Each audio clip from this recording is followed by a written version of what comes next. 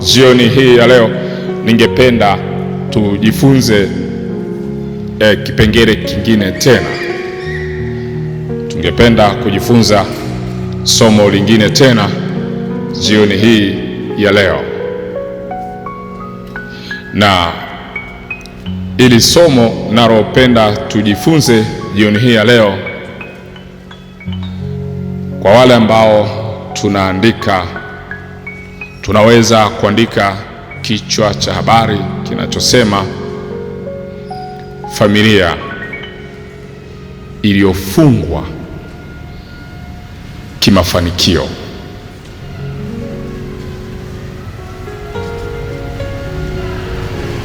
Familia iliyofungwa kimafanikio.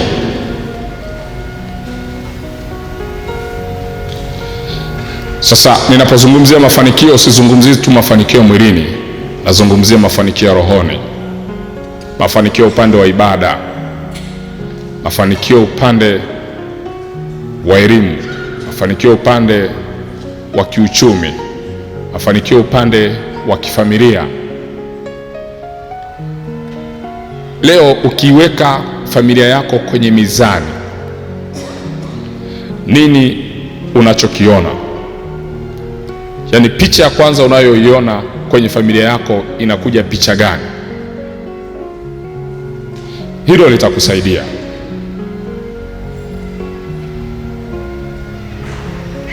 Unaona picha gani kwa ndugu zako waliokutangulia, waliopo na wanaokuja?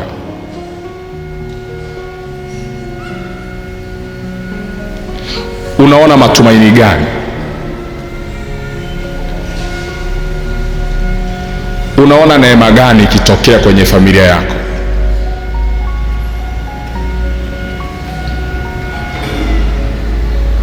Unaona furaha gani ikitokea kwenye maisha yako na familia yako? Labda wewe ni mzazi, ikitokea leo haupo, unafikiri itachukua muda gani hicho kizazi chako kuendelea kuishi kwenye njia ya mafanikio ambayo umekuwa ukiishi wewe?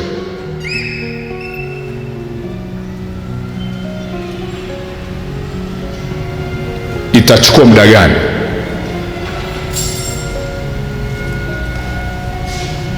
Unajua, tuna familia nyingi ambazo kweli ni njema sana, lakini hazina ule mwendelezo wa huo wema kwa muda mrefu sana. Umewahi kugundua hichi kitu kwamba kati ya changamoto ambayo familia nyingi za Kiafrika tunakutana nacho ni kwamba tuna aina ya watu ambao ni waanzilishi wa vitu vikubwa kwenye familia, lakini hatuna aina ya watu ambao ni waendelezaji na wapokeaji wazuri wa vile vilivyoanzishwa kwenye familia. Yaani unaweza ukakuta kuna familia ambayo ndani ya hiyo familia kuna neema ya wafanyabiashara wakubwa, lakini kile kizazi kinapopotea, ule mwendelezo wa ile neema ya ile biashara unaishia pale pale kwenye kile kizazi kilichoanzisha ile neema ya kufanya biashara. Au unakuta pengine familia ina neema ya kuwa na uongozi kwenye nchi, kwenye mataasisi makubwa, lakini unashangaa baada ya kile kizazi kilipopata ile nafasi, pamoja na kwamba kilitengeneza mazingira ya kizazi kingine kuingia kwenye ule mfumo, lakini hicho kizazi kinapoondoka, ule mfumo unapotea. Okay, labda niliweke hili. Leo unaweza ukajikuta una makampuni umeanzisha, una biashara umeanzisha, na inaenda vizuri kabisa, na umeitengenezea miundombinu mizuri kabisa, lakini utashangaa baada ya muda mfupi wewe ukiondoka, hiyo biashara wanaokuja wanaanza upya. Yaani kama vile amezaliwa kwenye familia maskini, lakini amezaliwa kwenye familia ambayo ilikuwa na miundombinu mizuri kabisa. Umewahi kujiuliza kwamba ni roho gani ambayo inawatawala wa Afrika, kwamba kila wanapokuta mali kwenye familia, lengo lao la kwanza huwa sio kuendeleza zile mali. Lengo lao la kwanza huwa ni kila mtu achukue anachoweza kuchukua, atembee.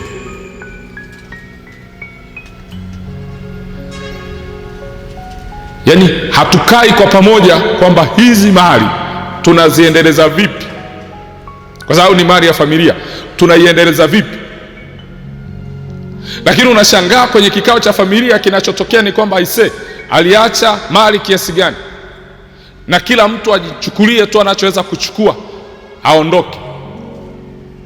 Lakini kusema kwamba tupate sasa mtu anayeweza kusimamia hizi mali kwa niaba ya familia, Afrika huo utamaduni au Tanzania huo utamaduni haupo. Ni kwamba ameondoka, basi kila mmoja achukue pasenti zake aondoke, na kweli watu wanagawana. Unashangaa ule utajiri ambao umetumia mbinu na nguvu na muda kutafuta na kuujenga, unashangaa ukiondoka tu legacy yako inafutika. Ni watu wachache sana ambao leo wakirudi duniani watafurahia kile walichokianzisha kama kipo. Hapa Tanzania ni watu wachache sana. Mfano ni Dr. Reginald Mengi, lakini na yule ndo nakuja kujifunza kwamba kwa nini alikuwa anapenda sana kutoa sadaka, yule baba wa watu. Ndio maana miradi yake aliyoiacha mpaka leo ipo, kama vile bado yupo. Lakini ukiangalia maisha yake ya kawaida yalikuwa ni maisha ambayo yule baba alikuwa anajitahidi sana kuwekeza rohoni kuliko hata mwili. Ni watu wangapi ambao waliwasaidia kwenye, na hao watu wakaacha baraka, maneno ya baraka, matamshi ya baraka kwenye maisha ya huyo mzee na kizazi chake. Unapokutana na mtu unamsaidia, anakuambia ubarikiwe wewe na kizazi chako, ujue kwamba hiyo baraka haiishi tu kwako, inaenda mpaka kwenye kizazi chako. Lakini tafuta sasa familia zenye aina ya mfumo wa Dr. Reginald Mengi hapa Tanzania, zinaweza hata zifike 10. Haimaanishi kwamba hawako matajiri waliokuwa hapa Tanzania na leo hawapo, wapo, wamekuwepo wengi sana. Lakini leo ukirudi ukaangalia kile walichokitengeneza kwa muda mrefu, utakuta akipo. Hatuna ile tabia ya kuendeleza kile ambacho tumekikuta, na hii ni kama roho kamili, roho ya kusambaratisha kilichokusanywa, roho ya kutokuendeleza kile ambacho kimetafutwa kwa maombi, kimetafutwa kwa juhudi, kimetafutwa kwa nidhamu, kimetafutwa kwa maumivu makubwa sana. Familia iliyofungwa kimafanikio. Ninaomba tusome kitabu cha Mwanzo, Mwanzo sura ya 22 aya ya 15 mpaka aya ya 18. Mwanzo sura ya 22 aya ya 15 mpaka ya 18. Familia iliyofungwa isifanikiwe. Malaika wa Bwana akamuita Ibrahimu mara ya pili kutoka mbinguni, akasema, nimeapa kwa nafsi yangu, asema Bwana, kwa kuwa umetenda neno hili. Lipi? Alitoa sadaka. Kwa kuwa umetenda neno hili, wala hukunizuilia mwanao wa pekee, katika kubariki nitakubariki, na katika kuzidisha nitauzidisha uzao wako kama nyota za mbinguni na kama mchanga ulioko pwani, na uzao wako utamiliki mlango wa adui zao. Hapa ndo pointi yangu ipo. Na uzao wako utamiliki mlango wa adui zao. Sio adui atamiliki mlango wa uzao wako.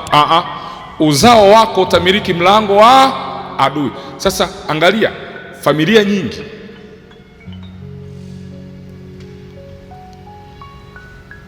milango yao ya mafanikio hawaimiliki wao.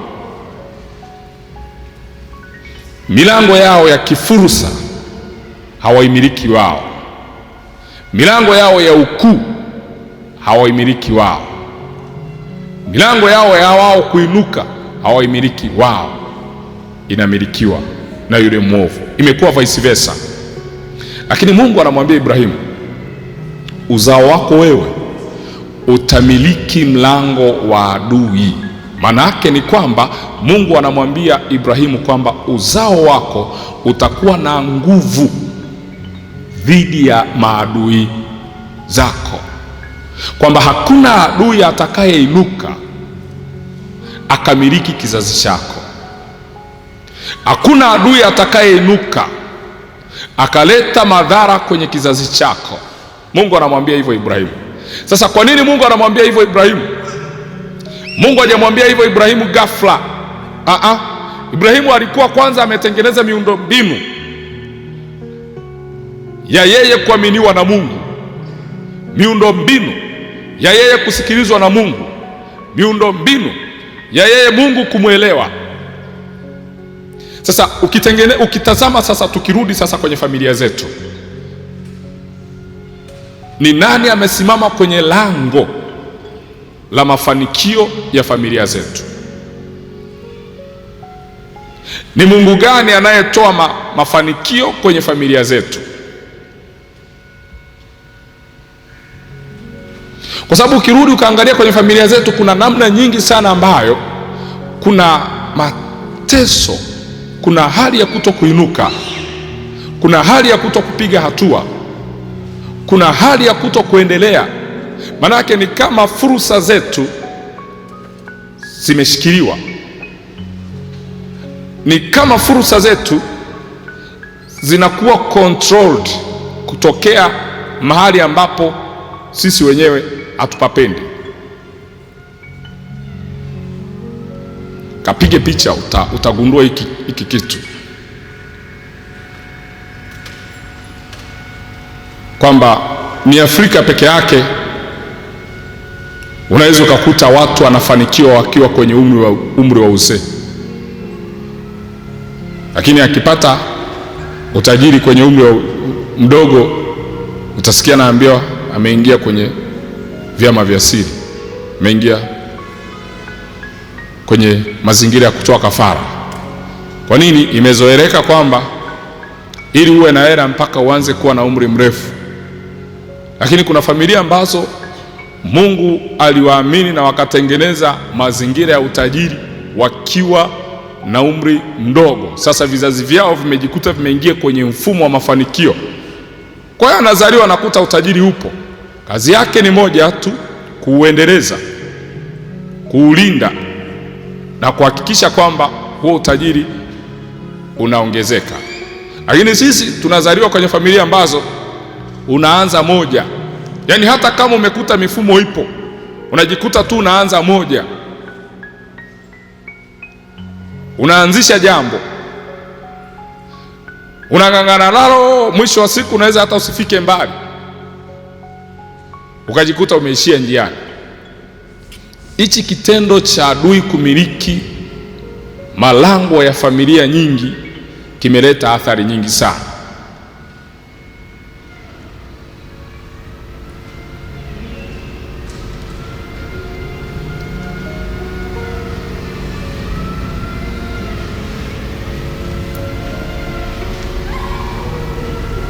Sasa kuna kitu kimoja Mungu siku moja alinifundisha. Na kumbuka nilikuwa nimetofautiana na kaka yangu na imfuata mara ya pili. Na tulitofautiana vipi? Tulitofautiana kwenye masuala ya kibiashara. Mimi nilikuwa nimewekeza, na nilipokuwa nimewekeza nikamuita, kamwambia bana, kwa sababu mimi ninakuwa na mambo mengi sana, kwa sababu tumetoka tumbo moja na tunataka tutoke kwenye hii hali ya umaskini, ninaomba uje usimame hapa kwenye hii biashara. Ilikuwa biashara almost kama milioni 50 hivi nakumbuka. Baada ya miezi 6 ile biashara niliyokuwa nimeianzisha kama ilivyo, nilikuta ile biashara yangu mimi imekufa. Lakini mkubwa wangu ameanzisha biashara ile ile kwa upande mwingine. Kwa akaniambia, biashara yako bana, hali imekuwa ngumu na nini na nini. Ndio hivyo tena. Yaani niliumia sana. Na kumbuka nilijikuta natamka pia maneno magumu. Tena nilimpigia mama yangu. Niliogopa kumface kaka. Kaogopa kumface yeye kama yeye. Nikampigia mama. Kaambia, mama, mwanao amefanya 1, 2, 3. Hajui nilivyohangaika nikapata huo mtaji. Sasa ninaomba mama, hata leo ukisikia nimeondoka, nisije nikasikia hata amekuja kwenye kaburi letu langu. Si unajua laana za Kiafrika laana zetu huwa ziendi mbali hivyo hivyo. Tumsifu Yesu Kristo. Kwa sababu tu ya ule uchungu. Sasa siku moja nikatoka nikaenda kumwabudu Yesu Ekaristi. Nikiwa mbele ya Yesu Ekaristi namuuliza ambacho kimetokea, nikasikia sauti inaniuliza, angalia kwenye tumbo la mama yako nani amefanikiwa? Nikashtuka. Nikaendelea kusali. Ile sauti tena ikanijia, kwenye tumbo la mama yako nani kafanikiwa? Nikakaa kitako, nikasema kaanza kupiga picha. Nimepiga picha nikakuta kweli hakuna. Nikarudi tena nikamwambia Yesu Ekaristi, kwa unataka nifanyeje sasa kama hakuna aliyefanikiwa? Unataka na mimi sifanikiwe?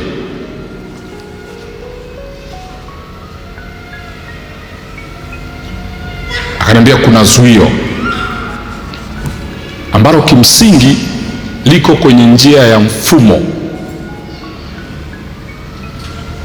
Kwa hiyo natakiwa nifanyeje? Kwa sababu nikiwapa mtaji bado wanaweza wakaribu ule mtaji au wakala au wakafanyaje. Sasa nafanyaje? Ikanichukua siku kama miezi 3 ya kusali. Nilivyomaliza ile miezi 3, kwanza nikampigia mama tena simu. Kaambia, mama, nimefuta ile kauli niliyotamka juu ya kaka yangu. Sasa niligundua kwamba inawezekana pia shetani anataka tuendelee kutokufanikiwa kwa mazingira hayo hayo. Kwa baadaye tena akampigia na yeye simu. Kaambia, bro, naomba unisamehe. Chochote nilichokuwa nimewaza vibaya juu yako, naomba unisamehe. Yaishi. Nikamwomba na Mungu msamaha. Kafuta na yale maneno. Kaambia, Mungu, naomba yasionekane popote tena, wala asije akaleta madhara kwenye maisha yangu kabisa. Basi nikatulia. Nikaanza mapambano. Siku moja nikiwa nasali, nakumbuka ulikuwa ni mkesha, nasali tu mbele ya Yesu Ekaristi.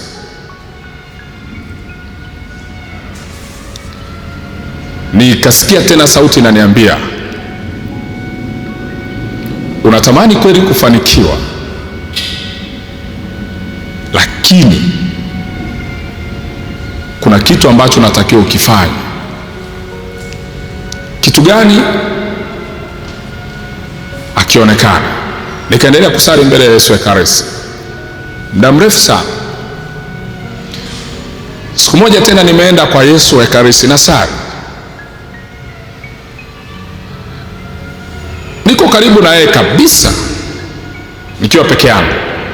Kumbuka ulikuwa ni usiku.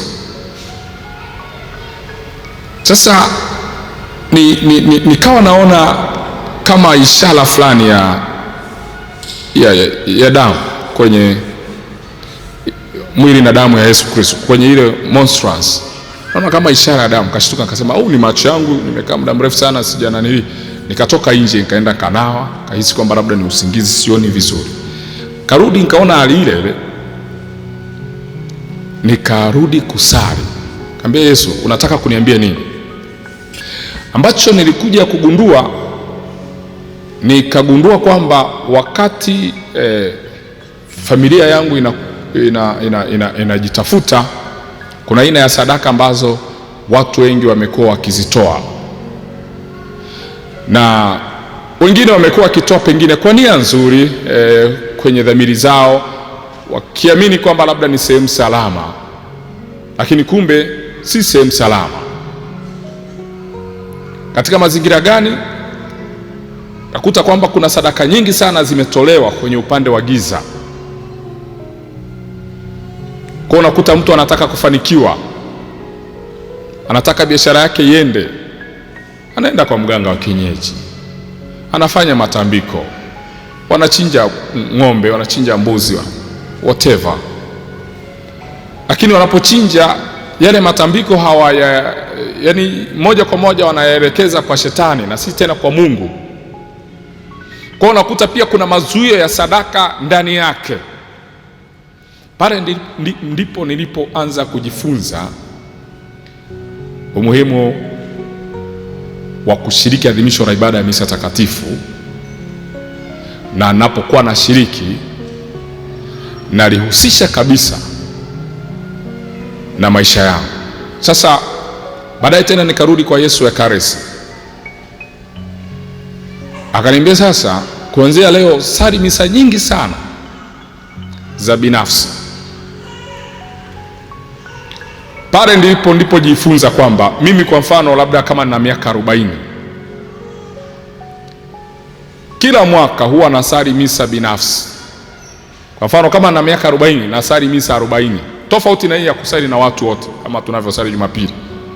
Nakuwa na ile ya kwangu private, yaani naweza nikamtafuta padre nikamwambia, Father, nataka tusali misa binafsi kwa ajili ya kuifungua familia yangu na vifungo mbalimbali.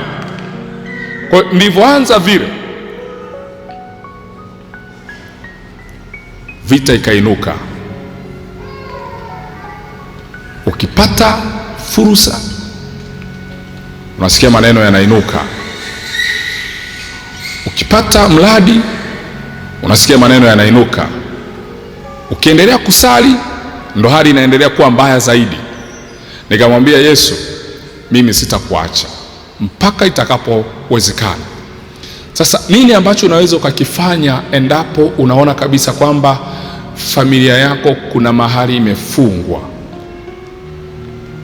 Jambo la kwanza, unatakiwa kushiriki adhimisho la ibada ya misa takatifu mara nyingi sana, na ikiwezekana unatakiwa kutoa sadaka kwenye adhimisho la ibada ya misa takatifu mara nyingi sana. Yaani ukiona kwenye familia yako kuna eneo ambalo hamsogei, hilo eneo hauwezi ukalisawazisha kwa juhudi za mwilini peke yake. Mazuio mengi huwa ni mazuio ya kiroho, lakini tunakutana na matokeo yake kimwili. Sasa utatembea mahali pote duniani, lakini hautapata suluhisho. Utakutana na washauri wote wanaoaminika duniani kwamba ni washauri wazuri, lakini siri ule ushauri wao unaweza usifanye chochote kile kwenye maisha yako. Cha kwanza unachotakiwa kukifanya, unapochora ramani ya familia yako na ukagundua kwamba kuna hali fulani ambayo mambo hayasomeki vizuri, hiyo ni vita ya kiroho. Kwa hiyo kama ni vita ya kiroho huwa haipiganwi kimwili. Vita ya kiroho huwa inapiganwa kiroho. Unapogundua kwamba kuna hilo zuio, silaha pekee inayoweza kuondoa hilo zuio ni sadaka ya misa takatifu peke yake.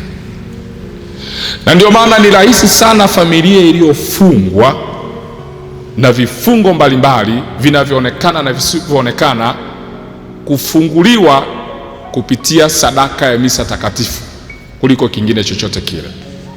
Na hiyo ndo silaha peke yake unaweza ukaitumia kwa muda mrefu.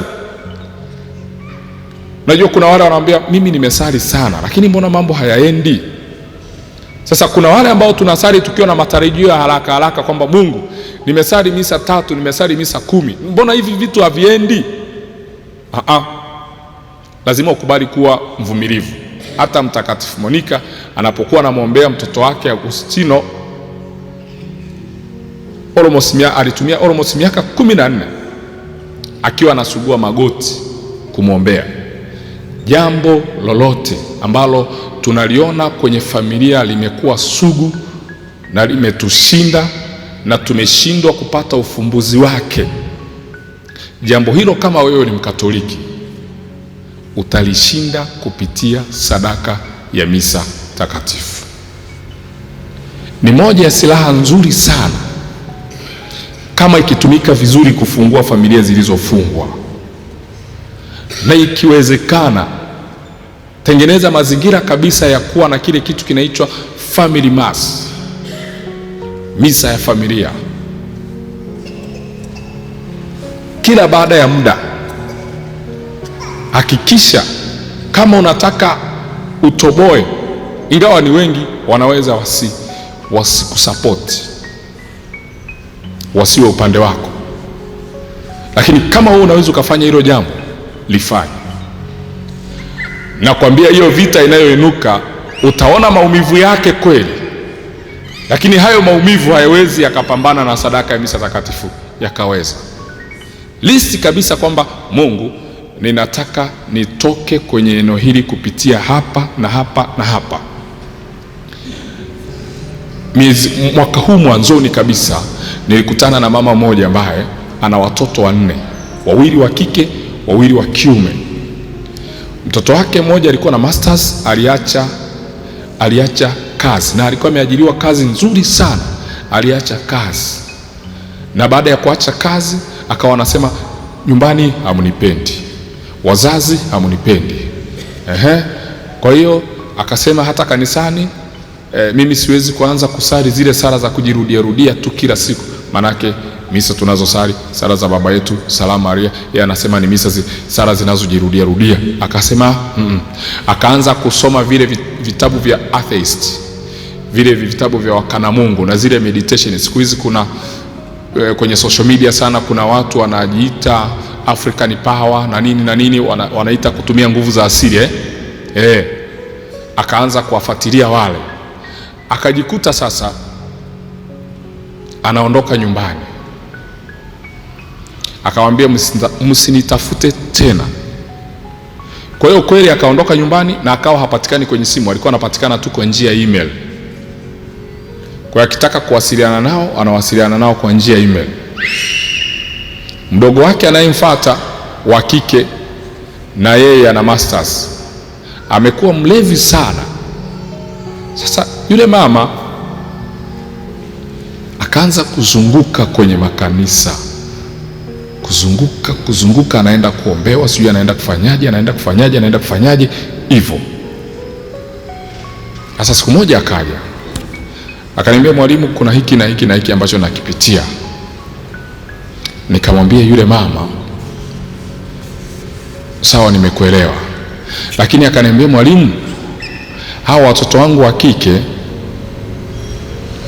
ndo wao wana shida peke yao, lakini nikiangalia upande wa mume wangu, dada zake na mume wangu, hakuna ambaye ameolewa na hakuna ambaye amewahi hata kufanikiwa. Wengine walikuwa wanapata kazi wanaacha wenyewe, wengine wamezalia nyumbani hivyo.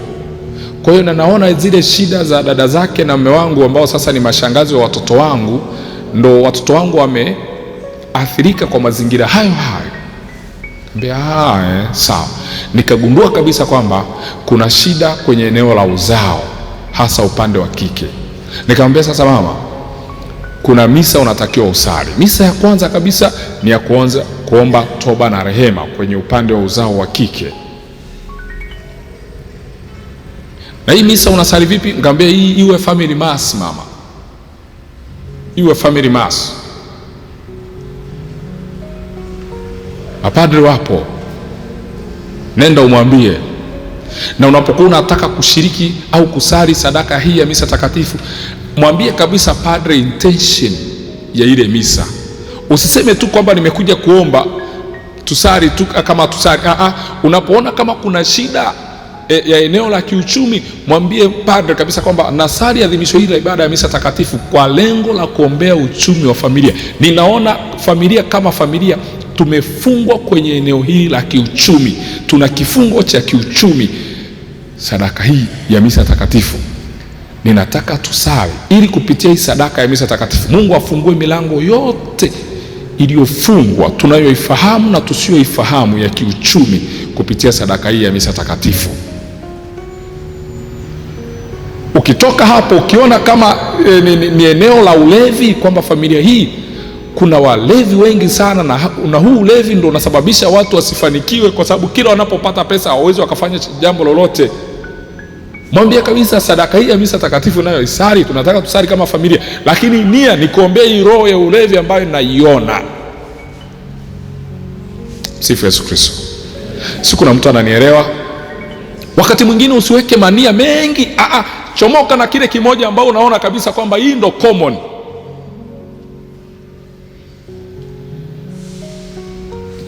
Baada ya kubomoa huo ukuta, na wewe utakuwa unatokea huku nyuma, sasa unaanza kusali, kwa sababu pia una uhalali. Na kwa nini ufanye hivyo? Misa, sadaka ya misa takatifu ni kafara. Tumsifu Yesu Kristo. Sadaka ya misa takatifu ni tambiko, yani unatambika. Kwa hiyo kama walitambika ili muwe kwenye hiyo hali, na wewe unaenda kutambika, ndo maana yake sasa. Yani kama vile unavyoona mtu anaenda kwa mganga wa kienyeji, anaenda anafanya matambiko ili afanikiwe. Sadaka ya misa takatifu ni tambiko la kiroho, ndio maana inaitwa kafara. Kwa hiyo na wewe unafanya kafara, si unataka ufanikiwe, ufunguliwe, ndio hivyo. Ila sasa changamoto yetu sisi ni kwamba kuna namna fulani tumeizoea sadaka ya misa takatifu, yani kuona kwamba ni kitu cha kawaida tu yani, na ndio maana hatupati matokeo. Lakini kama unaweza ukaitumia hii sadaka ya misa takatifu kuifungua familia yako na vifungo vilivyoifunga, trust me, hakuna jiwe litakalosalia juu ya jiwe. Kwa sababu hapo sasa, kama kulikuwa na vita, unajua hiyo vita unakuwa umefanya nini? Umemuuzia Yesu mwenyewe. Yani umeitoa sasa kwako, umemwambia Yesu, hii vita sasa imekuwa ya kwako, sio ya kwangu tena. Sasa sisi huwa tunataka tupigane tu sisi kama sisi, ni vizuri, lakini kwenye ulimwengu wa kiroho unahitaji backup, yani unahitaji msaada, na huo msaada unamkimbilia yule anayeweza kukupa huo msaada, ambaye ni Kristo mwenyewe. Kwa hiyo unaweza ukatumia sadaka ya misa takatifu kama silaha ya kufungua kila aina ya vifungo vilivyoifunga familia yako, kiroho, kimwili, kiuchumi, kiafya, kitabia. Sadaka ya misa takatifu ni silaha, ambayo unaweza ukaitumia kuangamiza kila aina ya silaha za adui zilizoinuliwa kwenye ulimwengu wa kiroho kukuangamiza. Ndio maana familia ambazo zinajua kuitumia silaha hii ya misa takatifu zimebaki kuwa salama. Kwa kila unaposhiriki adhimisho la ibada ya misa takatifu, shiriki hilo adhimisho kimkakati, ukiwa na lengo. Usishiriki tu kwa sababu ya kufata mkumbo. Mwambie Mungu, leo naposhiriki adhimisho hili la ibada ya misa takatifu, na shiriki kwa kuombea hili eneo ambalo naona familia yangu imefungwa.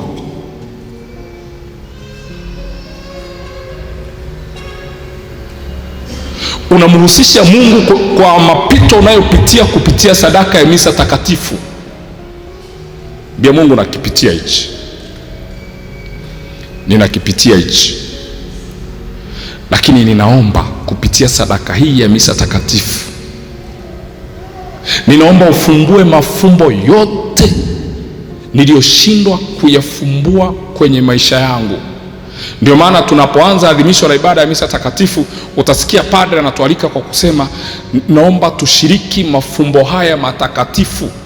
Kwa hiyo sadaka ya misa takatifu ni fumbo kubwa linaloweza kufumbua kila aina ya mafumbo yaliyofumba maisha yako, kwenye uchumi, kwenye afya, kwenye familia, kwenye kazi, kwenye eneo lolote lile.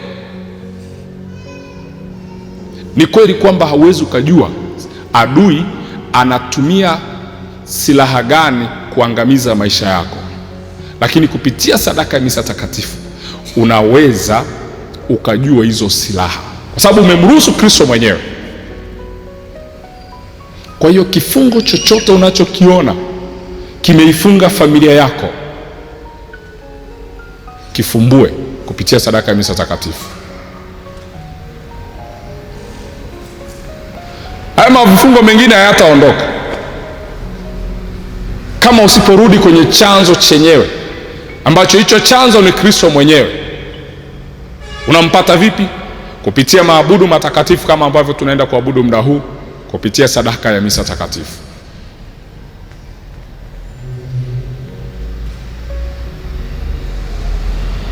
Unaweza ukataja litania ya makosa yaliyofanyika kwenye familia yako kwa kuambiwa kwamba baba yako alifanya hivi, mama yako alifanya hivi, dada yako alifanya hivi, kaka yako alifanya hivi, ndio maana mnapitia haya maisha. Sawa, kama walifanya hivyo, wewe unatakiwa kufanyaje? Umeshafanya na kweli hayo madhara mnayaona na yanatokea na yanawakuta na yanawasumbua, so unafanyaje? Lazima na wewe ufanye. Na utafanyaje? Utafanya kwa kumhusisha Kristo kupitia sadaka ya misa takatifu.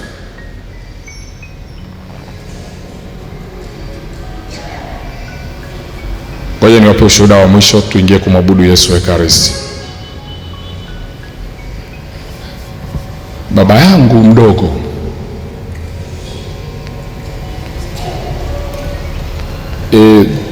yeye, huyo baba yangu mdogo na baba yao ni mmoja, ila mama tofauti. Na maana babu walikuwa na wanawake wengi, kwa hiyo ndo wamebaki wachache kwenye familia. Sasa mimi nilipoanza kujitafuta, kumbe kuna mahali niligusa. Sasa yule baba mdogo akaanza kwenda kwa waganga. Sijui kilichomfanya aende, mimi sijui, na nilikuwa sijui mpaka hapo. Ameenda kwa mganga wa kwanza. Kwa kuna namna fulani nilikuwa natengenezewa matukio sana kwenye maisha. Ninaweza nikatafutiwa wanawake, ninaweza nikatafutiwa kama ajali fulani, kumbe kuna mahali nilikuwa nimegusa. Na wapi nilipokuwa nimegusa? Babu yangu mimi kwa Kikurya wanaita umusuvi. Yaani ni kama alikuwa kama alifikia kale kacheo fulani hivi, kama kauchifu fulani hivi. Kwa hiyo kwenye kale kacheo kuna ibada fulani huwa zinafanyika, anasimikwa. Yaani ni wale wazee wa kwa lugha hii naweza nikatumia wale wazee wa kimila, neno zuri, wale wazee wa kimila. Kwa hiyo alifikia hiyo level babu. Sasa ingawa sasa ukiuliza kwenye familia wanakuambia kwamba ile level hiyo sio ya uchawi, hakuna kitu kama hicho, kwa sababu huwezi ukawa chifu mzee wa kimila kama haujui dawa ambazo wengine hawana. Kwa hiyo is like na alikuwa anapenda sana, nafikiri alimwachia huyu mzee, alikuwa anamuonesha madawa. Sasa ameenda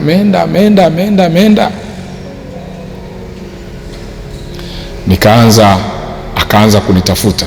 Akienda anaambiwa kwenye huo ukoo wenu kuna mtu fulani ambaye sio mzuri sana, tazame huyu hapa, manake ni mimi. Sasa mimi sijui ni mafunuo, sijui ni nini, anyway sijui niliwekeje. Mimi kila nikisali sadaka ya misa takatifu, kila nikishiriki misa, naposhiriki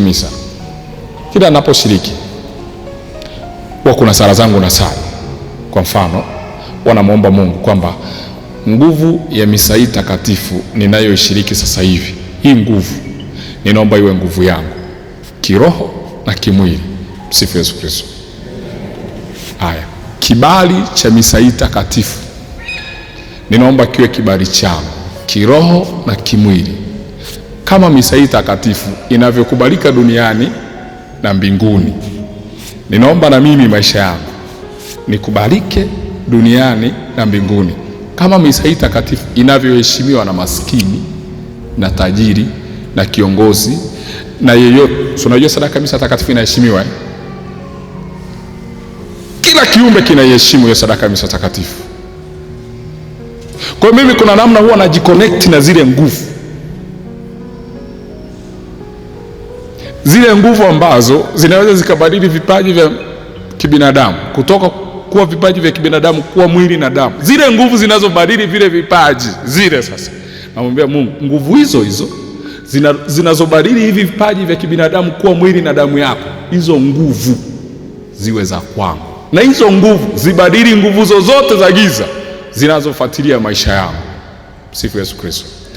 Usisali kizembe. Hapa ni mjini. Hapa ni wapi? Hapa ni mjini, utapitiwa. Basi hivyo. Sasa yule baba mdogo baadaye alikuja kuniomba msamaha, na nilikuwa siwahi kujua hilo jambo. Ni kama hili, labda hii ni mara ya pili naliongea, hata mama sijawahi kumwambia.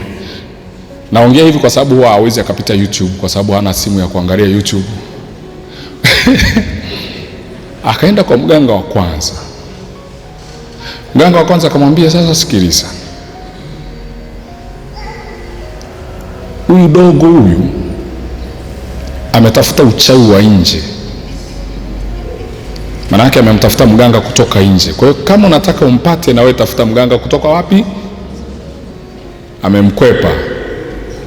Akaenda kwa mganga wa pili, wale wanaotumia maji au kioo, kwamba anaweza akavuta sura ya mtu, ikafanya nini? Ikaonekana. Yaani kwa mfano, labda si mtu anataka kukuua, amekwendea kwa mganga wa kienyeji. Sasa manake kabla hujafa unauawa kwanza kiroho. Labda inaweza ikaja picha yako, akakuuliza, si ni huyu, unataka tumfanyie nini? Labda ukachomwa kisu pale pap. Kwa hiyo pale amekuua rohoni, lakini nasubiri tu itokee kimwili. Naweza ukashangaa mazingira fulani yanatokea, labda unapata ajali, kwa sababu walikuwa wanatafuta sababu ya wewe uhai wako kuondoka. Kwa hiyo akaenda kwa huyo mganga. Huyo mganga akaanza kuvuta picha. Akivuta linakuja kanisa. Kwa mfano, sasa kama sasa hivi uende kwa mganga ukanivute, nitaonekana wapi na niko altareni? Si litaenda jengo. Tumsifu Yesu Kristo. Itaenda jengo hivyo. Yule nafikiri alimwambia ukweli, akamwambia, sasa sikiliza, huyu kuna mawili, ukiendelea kumtafuta unakufa wewe. Cha pili, baba mdogo sasa ananiambia kilichotokea, sio mimi tena, ananiambia.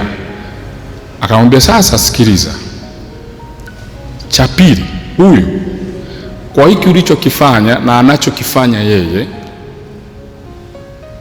hebu zungumza naye, mwambie ukweli ili uwe salama.